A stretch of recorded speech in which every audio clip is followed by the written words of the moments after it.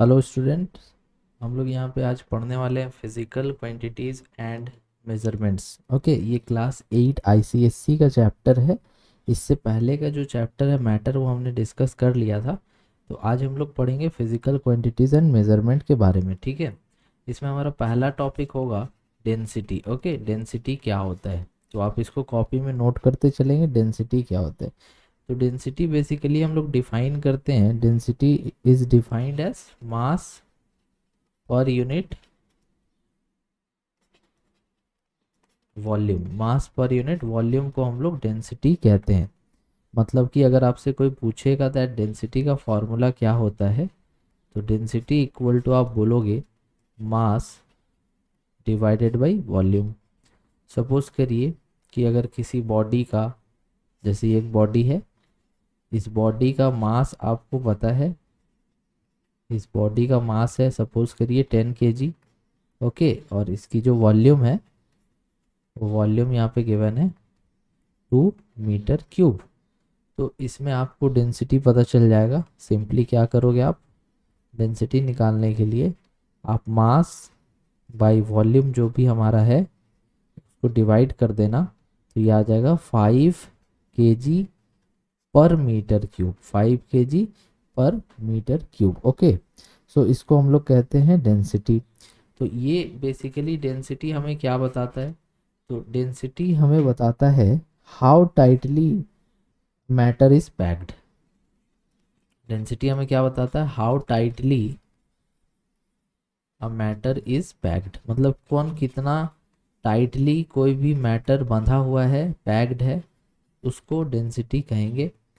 Okay, जैसे solids की अगर आप बात करोगे तो सॉलिड्स के केस में डेंसिटी ज़्यादा होती है, लेकिन गैस के केस में डेंसिटी क्या होती है, कम होती है। ओके, अब हम लोग जैसे अगर डिनोट करना है, सिंबल क्या यूज होगा डेंसिटी के लिए, तो इट इज डिनोटेड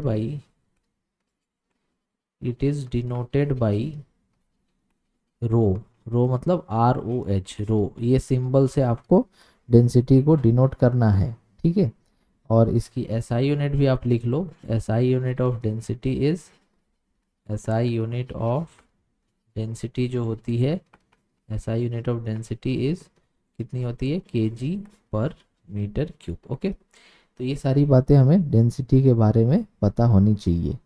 अब हम लोग आगे बढ़ते हैं नेक्स्ट टॉपिक पे। नेक्स्ट टॉपिक है दैट कि अगर हमारे पास डेंसिटी दिया हुआ है CGS यूनिट में। CGS का मतलब क्या हो गया, सेंटीमीटर ग्राम और second.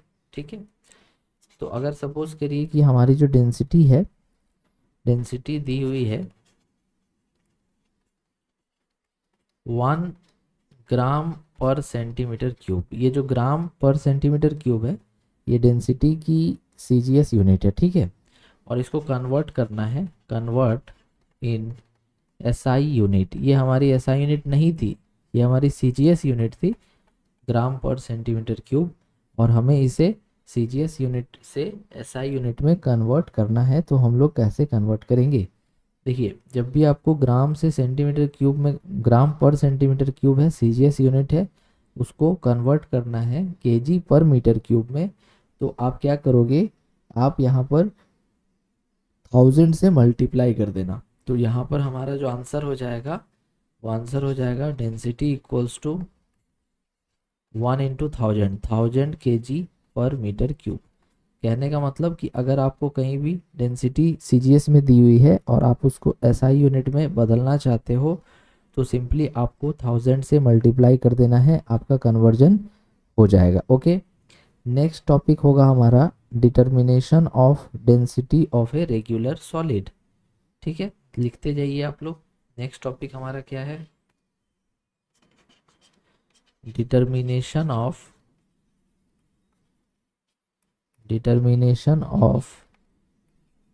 Density of a regular solid. ठीक है, रेगुलर सॉलिड, रेगुलर सॉलिड मतलब जिसका शेप साइज फिक्स हो, उस तरह का हमें एक सॉलिड दिया हुआ है, और हमें क्या करना है, हमें उसकी डेंसिटी को डिटरमाइन करना है। ठीक है, तो देखिए इसके लिए स्टेप्स क्या क्या रहेगा। पहला step, first measure the mass. पहले क्या करना है, फर्स्ट मेजर दी मास, जो मास है उसको वजन करिए आप, ठीक है, बीम बैलेंस या तराजू या कैसे भी करके उसका मास को मेजर कर लीजिए, और वो मास हमने निकाल लिया कैपिटल एम। ठीक है, ये हमारा मास आ गया मेजर करके, पहला स्टेप। दूसरा स्टेप क्या करेंगे, find the volume, find the volume. ठीक है, जो दिया हुआ है सॉलिड, पहले तो उसका मास निकाल लीजिए एम, फिर उसका वॉल्यूम निकाल लीजिए वी। ठीक है, अगर सपोज करिए आपको क्यूब दिया हुआ है, इस तरह से क्यूब दिया हुआ है, तो क्यूब का वॉल्यूम अगर निकालना है तो सिंपल आपको पता है दैट के वॉल्यूम ऑफ क्यूब जो होता है, क्या होता है, वॉल्यूम ऑफ क्यूब होता है side into side into side. तो अगर आप साइड मेज़र कर लोगे तो आपको वॉल्यूम मिल जाएगा। वही अगर आपको क्यूब नहीं दिया रहता, क्यूबॉइड दिया रहता है, तो क्यूबॉइड अगर दिया रहता तो उसका वॉल्यूम आप निकाल सकते थे फॉर्मूला से, length into breadth into height, है ना। वही अगर आपको एक स्फेयर दिया रहता तो उसकी भी वॉल्यूम आप निकाल सकते हो, 4/3 पाई रेडियस का क्यूब। तो इस तरह से जो भी शेप का रहेगा उसके हिसाब से आप उसकी वॉल्यूम को निकाल लीजिए। दो स्टेप हमने कर लिया। ठीक है, अब देखिए थर्ड स्टेप क्या करना है, we can now we can now find the density, we can now find the density using the formula, using the formula, जो हमारा फॉर्मूला होता है, कौन सा फॉर्मूला है, density rho equals to mass by volume. इससे हम लोग डेंसिटी निकाल लेंगे। तो ये स्टेप्स हो गए हमारे, और इस तरह से हम लोग किसी भी सॉलिड का डेंसिटी जो है निकाल सकते हैं। ठीक है, तो ये हो गया। अब हम लोग अगले टॉपिक की तरफ मूव करते हैं।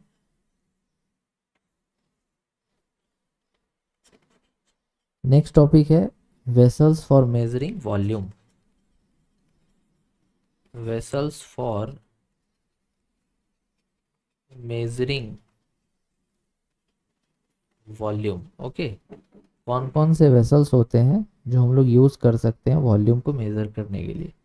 इसमें एक वेसल होगा eureka can, eureka can. Okay, eureka can. देखिए यूरेका कैन क्या होता है, देखिए यहाँ पर जो हम लोग मान लीजिए किसी लिक्विड का डेंसिटी मेज़र करना चाहते हैं तो उसके लिए हम लोग एक डेंसिटी बॉटल यूज़ करेंगे। ठीक है, देखिए आपको अगर सॉलिड का डेंसिटी मेजर करना है तो ये तरीका पहले मैंने बता दिया आपको कैसे करोगे। लेकिन अगर आपको मान लीजिए कि किसी भी लिक्विड का डेंसिटी मेज़र करना है तो आप कैसे करोगे, उसके लिए हम लोग यूरेका कैन का यूज़ करते हैं। तो इससे हम लोग क्या निकालेंगे, determination of density of a liquid using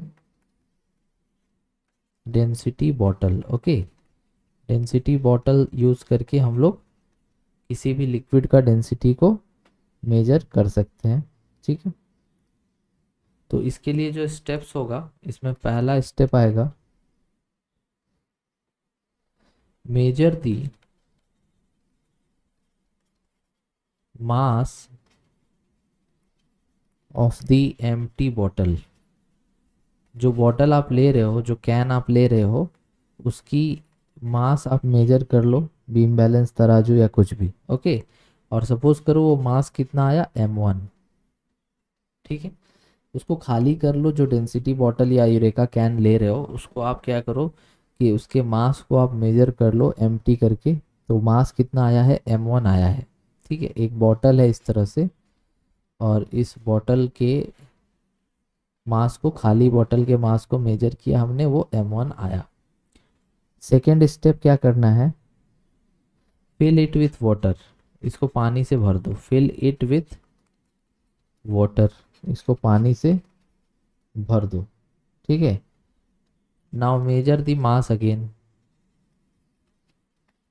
now measure the mass again, फिर से इसका मास मेजर करो, और मान लो वो कितना आया m2। तो जब इसके अंदर आप पानी भर दोगे इस बॉटल के अंदर, तो अब उसका मास m2 हो गया है। ठीक है, m2 किसका मास है? मास ऑफ बॉटल तो था ही, और उसमें हमने पानी भी भर दिया, सो मास ऑफ वाटर, दोनों मिला करके m2 मास है। m1 क्या है? केवल खाली बॉटल का मास है, तो मास ऑफ बॉटल है। ठीक है, इतना हमने अभी तक पता कर लिया। Now third step. Third step में क्या करना है? दैट एम्प्टी दी बॉटल, जो पानी आपने भरा था उसको निकाल दो, empty the bottle and fill the liquid, fill the given liquid, मतलब जिस लिक्विड का डेंसिटी आप मेजर करना चाहते हो ना, उसको उसमें भर दो। ठीक है, और फिर से now measure the mass again, फिर से मास को मेजर करो। Now measure the mass again, फिर से इसके मास को हम लोग मेजर करेंगे, और अब इस बार हमारा मास आया है m3। मतलब कि जो हमारा बॉटल था, उस बॉटल में हमने क्या भर दिया? वो लिक्विड को भर दिया। ठीक है, और उस लिक्विड के साथ इसकी जो मास है m3 है, मतलब मास ऑफ बॉटल तो रहेगा प्लस मास ऑफ लिक्विड, दोनों मिला करके मास हमारा m3 आ चुका है। ठीक है, इतना हमने निकाल लिया अभी तक। फोर्थ स्टेप, 3 स्टेप तो हमने कर लिए, चौथा स्टेप क्या होगा? That calculate the mass of water. So mass of water आपका कितना हो जाएगा? मास ऑफ वाटर, यहाँ पे आपको पता है that mass of water simply, जो बॉटल का मास है m1, उसको अगर m2 में घटा देते हो, मतलब m2 माइनस m1 अगर कर देते हो, तो आपको वाटर का मास मिलेगा। क्योंकि देखिए, बॉटल और वाटर दोनों का जोड़ के m2 मास है, और केवल बॉटल का m1 मास है, तो दोनों को अगर सब्ट्रैक्ट करेंगे तो बॉटल का मास तो मिल ही जाएगा। समझ गए? ओके, और वॉल्यूम ऑफ लिक्विड कितना होगा?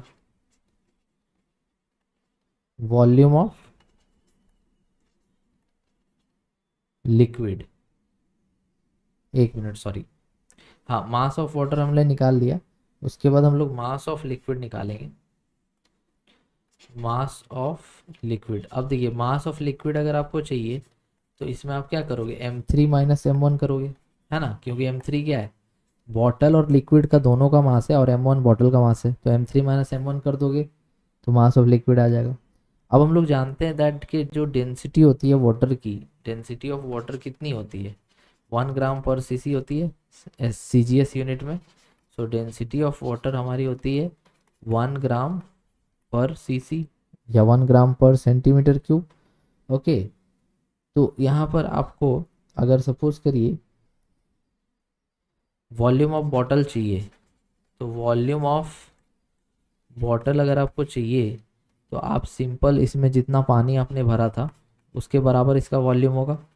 So volume of water filled, जितना बॉटल का वॉल्यूम है उतना ही पानी उसमें भरा जाएगा ना, इसीलिए volume of bottle equals to volume of water filled which equals to volume क्या हो जाएगा? Density, mass by density. So mass of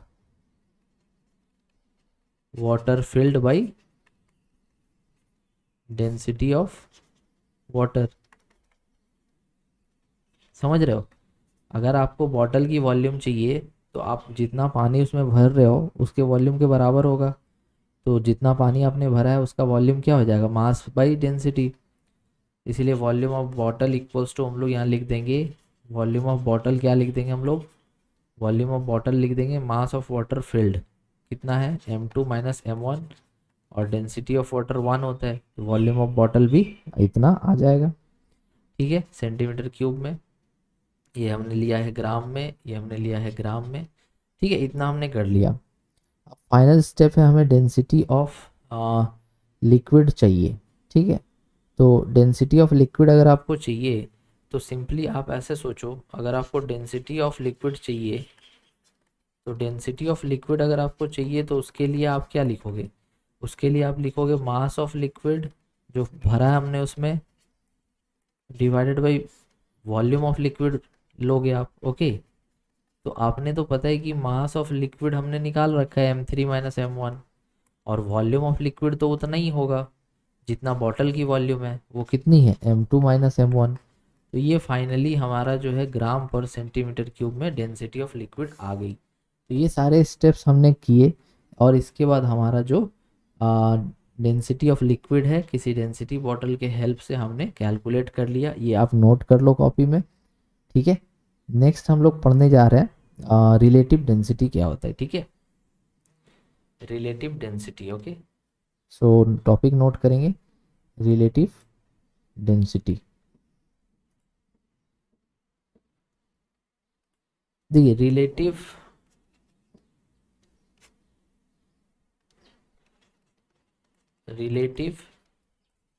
density क्या होता है। देखिए रिलेटिव डेंसिटी का मतलब होता है जब आप कंपैरिजन करते हो डेंसिटी की, ठीक है। डेंसिटी की जब आप कंपैरिजन करते हो तो उसे हम रिलेटिव डेंसिटी कहते हैं। तो relative density is the ratio, relative density is the ratio of the density of a substance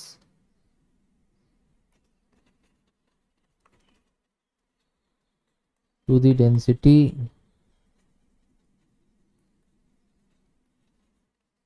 of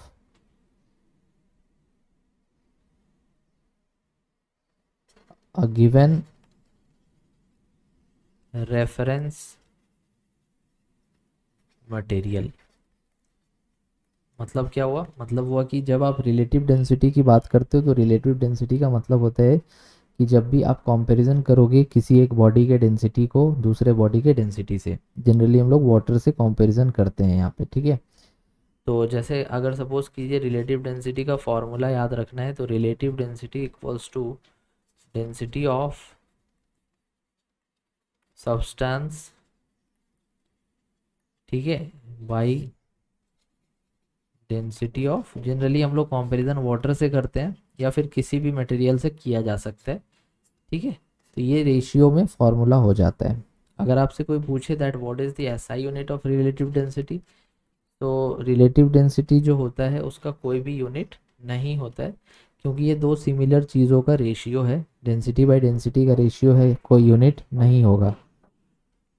तो relative density is unitless. Relative density क्या है, relative density is unitless quantity है ये, ओके। समझ गए। अब देखिए जैसे सपोज करिए अगर आपको रिलेटिव डेंसिटी कैलकुलेट करना है तो सपोज करिए एक ऑब्जेक्ट है और उसकी जो डेंसिटी है रो से दिखाते हैं, डेंसिटी ऑफ सब्सटेंस हमारा दिया हुआ है सपोज करिए 800 kg पर मीटर क्यूब, ओके, एग्जांपल दे रहा हूँ मैं। और डेंसिटी ऑफ वाटर हमारी जनरली कितनी होती है 1000 kg पर मीटर क्यूब, ओके। तो जब आप यहाँ रेशियो निकालोगे तो रिलेटिव डेंसिटी कितना हो जाएगा, density of substance by density of water, तो ये आ जाएगा 0.8। ये दो ज़ीरो कट जाएंगे और 8/10, 8/10 0.8। तो 0.8 जो है ये यहाँ पर रिलेटिव डेंसिटी आया है। तो इसका मतलब ये हुआ कि जब आप किसी वाटर में इस ऑब्जेक्ट को डुबाओगे तो इसका 80% पार्ट अंदर रहेगा और 20% पार्ट बाहर रहेगा। समझ गए, इसका मतलब ये हुआ।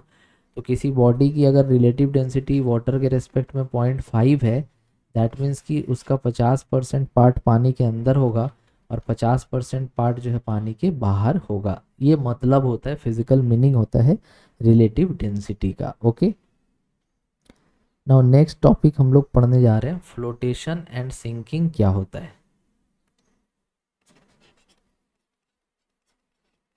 फ्लोटिंग एंड सिंकिंग,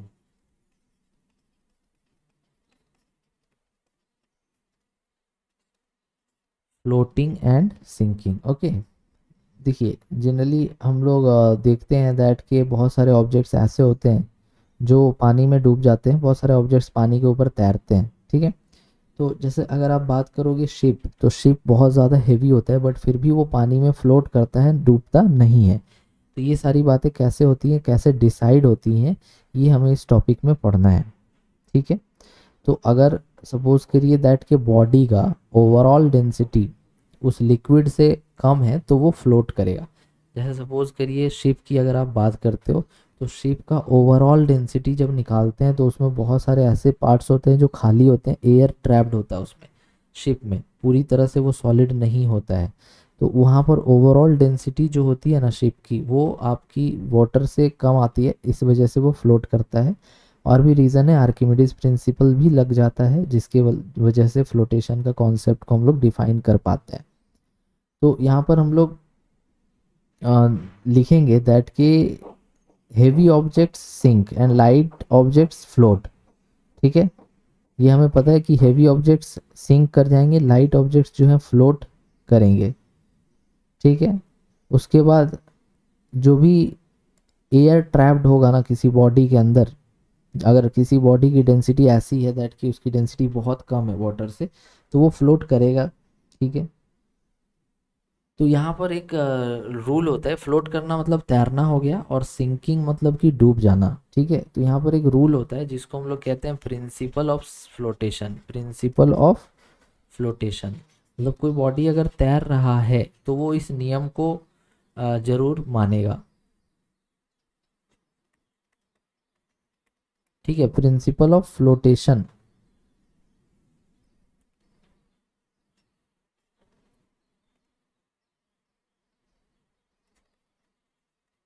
देखिए प्रिंसिपल ऑफ फ्लोटेशन में क्या होता है दैट कि व्हेन, इसमें आप लिखेंगे when a body is immersed, when a body is immersed मतलब डुबाना। When a body is immersed in a liquid मतलब किसी लिक्विड में अगर बॉडी को आप डुबाते हो, when a body is immersed in a liquid the following two forces acts. दो तरह के फोर्स उस पे लगते हैं,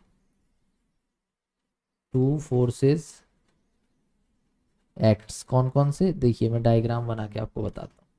जैसे कि मान लीजिए ये कंटेनर हो गया, ओके, और इस कंटेनर में ये कोई लिक्विड ऐसे भरा हुआ है, ये है ना, ये कोई लिक्विड इस पे भरा हुआ है, और एक बॉडी को आपने इसमें डुबा दिया। तो इस बॉडी पर दो तरह के फोर्स जो है एक्ट करेंगे। कौन कौन से, एक तो भाई इसकी जो वेट होगी डाउनवर्ड, ये तो लगनी ही है, ये वेट इसकी डाउनवर्ड अर्थ ग्रेविटी लगाएगा, ये तो लगनी है।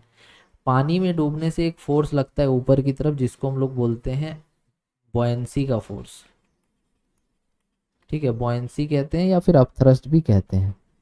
तो ये दो तरह के फोर्स जो हैं इस बॉडी पे लगेंगे, कि जब भी किसी बॉडी को आप लिक्विड में डुबा दोगे तो weight acts downward and the buoyancy force acts vertically upward. ठीक है, समझ गए। तो इसमें प्रिंसिपल ऑफ फ्लोटेशन में क्या लिखना है, प्रिंसिपल ऑफ फ्लोटेशन में यही लिखना है दैट कि when a body is immersed in a liquid the following two forces acts. First is weight acts vertically downwards, weight acts vertically downwards, weight जो है वो वर्टिकली डाउनवर्ड्स एक्ट करेगा। और सेकंड में लिखना है बॉयंसी या थ्रस्ट भी बोलते हैं, बॉयंसी एक्ट्स वर्टिकली अपवर्ड्स। ठीक है, ये होता है प्रिंसिपल ऑफ फ्लोटेशन। ठीक है, नेक्स्ट आता है law of flotation. Law of flotation,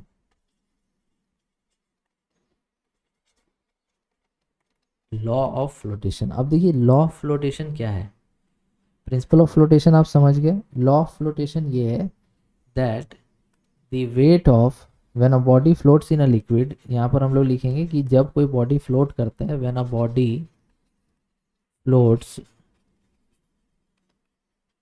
in a liquid, जब कोई बॉडी लिक्विड में फ्लोट करता है, देन द वेट माना वजन of the liquid displaced, the wait of the liquid displaced, weight of the body नहीं, the weight of the liquid displaced, weight of the liquid when a body floats in a liquid, the weight of the liquid displaced by its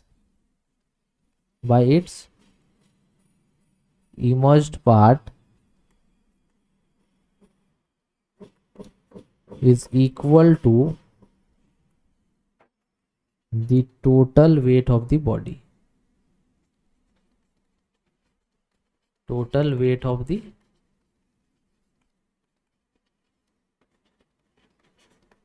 body. ठीक है, this is law of flotation. Simply आप इसको आसान भाषा में अगर याद रखना चाहें तो नीचे क्या लग रहा है वेट, ऊपर क्या लग रहा है बुओयेंसी। तो लॉ ऑफ फ्लोटेशन को आप आसान भाषा में ऐसे भी लिख सकते हैं कि weight of the body is equal to the buoyant force. Weight of the body is equal to, ये आसान भाषा में आप याद रख सकते हैं, weight of the body is equal to the buoyant force, ये भी आप याद रख सकते हो। या फिर दूसरा जो मैंने लिखा है, मतलब पहले जो मैंने लिखा है वो ये लिखा है कि जब भी किसी बॉडी को लिक्विड में सबमर्ज करेंगे तो वो कुछ लिक्विड को डिस्प्लेस करेगा, मतलब अपने आसपास लिक्विड को हटाएगा। उस लिक्विड को जो हटाएगा उसका जो वेट है वो किसके इक्वल होगा, बॉडी के वेट के इक्वल होगा। दोनों बातें सही हैं, आप ये भी लिख सकते हो, आप ऊपर वाला दोनों में से कोई भी लिख सकते हो। अब जैसे बात आ जाती है कि जो फ्लोटेशन होता है इसका एप्लीकेशंस हम लोग कहाँ कहाँ देखते हैं। तो सबसे पहले तो हम लोग देखते हैं, पहले हेडिंग लिख लीजिए, application of flotation. Application of flotation, देखिए फ्लोटेशन जो हम लोग देखते हैं वो कहाँ कहाँ देखते हैं।